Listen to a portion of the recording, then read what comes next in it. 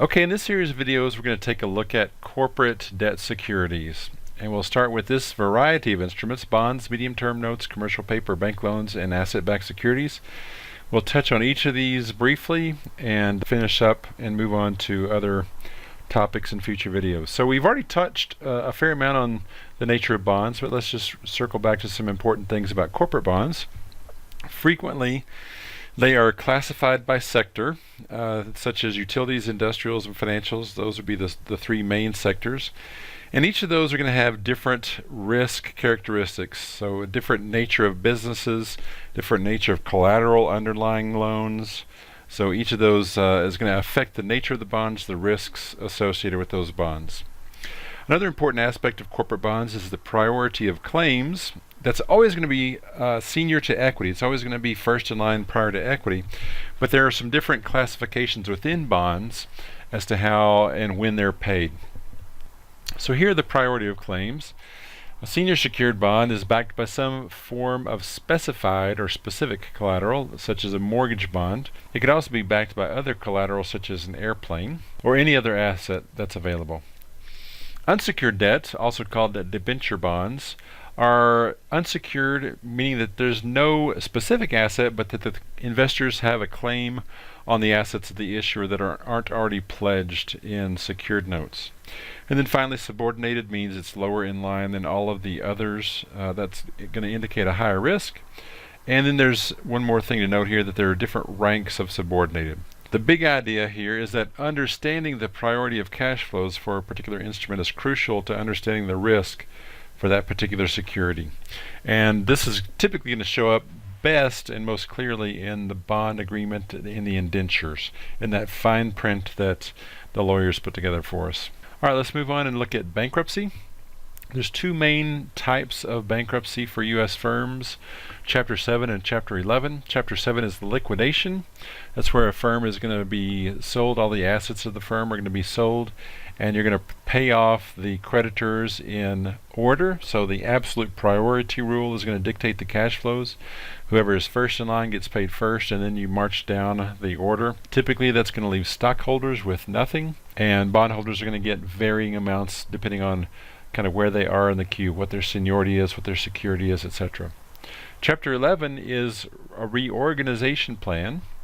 And so this is where the firm would propose a plan that's going to be voted on by the various groups and committees that are representing the secured creditors, the unsecured creditors, maybe even stockholders. This bankruptcy plan, this reorganization plan, must be approved by the bankruptcy court. It's going to be voted on by these committees, but ultimately it has to be blessed by the bankruptcy court. And in Chapter 11, it's important to note that the absolute priority rule does not necessarily hold. There may be some slight modifications to that, maybe even some bigger types of modifications. So you can be further down in the list of priority, but still come out with something from the bankruptcy under reorganization. An important note here that outcomes will vary. Sometimes in reorganizations, bondholders will get new debt and sometimes even equity in the firm after it emerges from bankruptcy.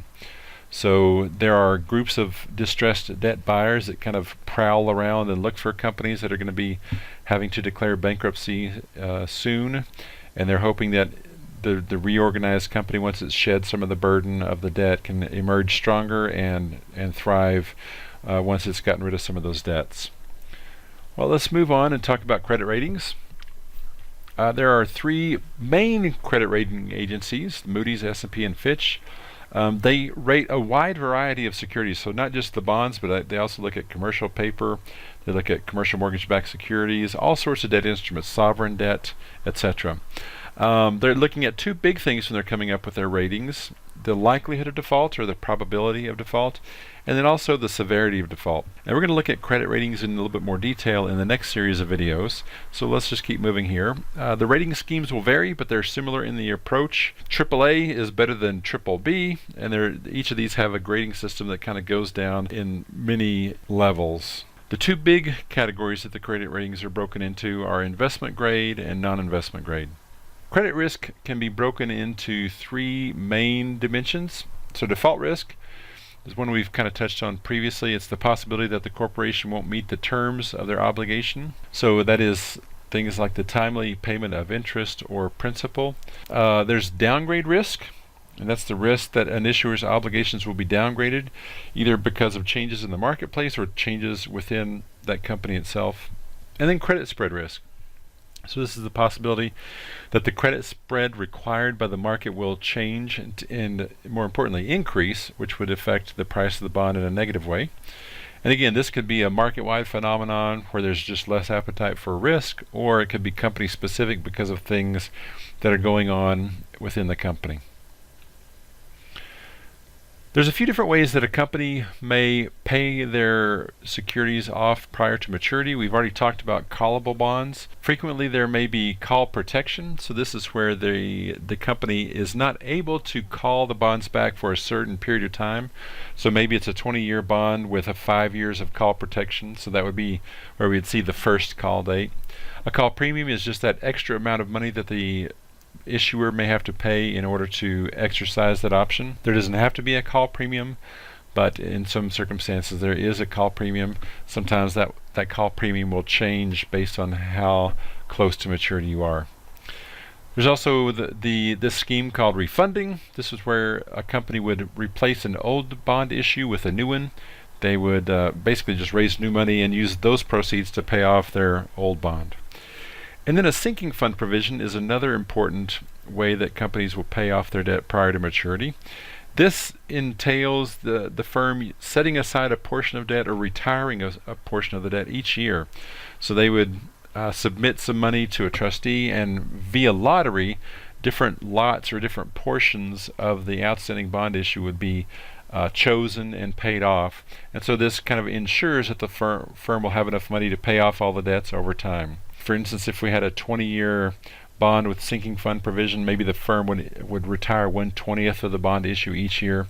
So by the time the 20 years was up, they would have been able to pay off all of that bond. So all of this stuff is going to be captured within the bond contract, within the indenture, and it's going to specify, among other things, any prepayment mechanisms that are pertinent to the bond.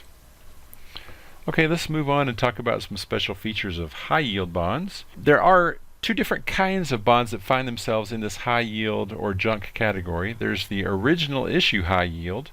So these are firms that are issuing bonds when they already have a low credit rating, versus fallen angels, which were issued as investment grade bonds, but then there's a deterioration in the credit rating, a deterioration in the fundamentals of the company, and they become junk bonds. A deferred coupon sometimes will happen with high yield instruments, and this is typically when firms are issuing high yield debt. There's going to be different things that a company may do to avoid paying interest, at least for a period of time. A lot of times these companies, by the way, these ones with very low credit ratings, they're going to be somewhat cash constrained. So anything they can do to avoid paying interest is going to help their finances, help their cash flow. So that's where the attraction for these deferred coupon schemes would come into play. So a deferred interest type of bond would be where there's no interest paid for a set period of time. Maybe it's a 10-year bond with 7 years of deferred interest, for instance. So the company wouldn't pay interest for 7 years and they would start to pay a coupon payment. These are obviously going to be sold at a large discount because they have a lot of characteristics like a zero coupon bond would. There's also this idea of a step-up bond where the company is going to pay interest, but the coupon rate starts low and then increases over time. And finally, there's this payment in kind type of bond where the firm has the option to pay cash, or they can issue more bonds for that interest that's not being paid. So the bondholders could either be paid cash for the interest that they're due, or they could get increased holdings in these securities, basically in IOUs. All right, let's move on to some new types of securities. We've already talked about the bonds. Let's look at medium-term notes real quick. These are a unique type of instrument that allows the company to issue bonds over time, so on an as-needed basis. These securities, these medium-term notes, are special securities that are shelf-registered, so it's a way of filing with the SEC a limited amount of securities, $100 million to $1 billion worth, And then the company can sell those over time as they need. They can issue these bonds as needed. So they're not issuing all the money up front and kind of sitting on a big chunk of money. They can issue these notes and then use the money, draw down the money as needed. The issuance costs would typically be cheaper if they do this, and again, they're not sitting on cash that they don't really need.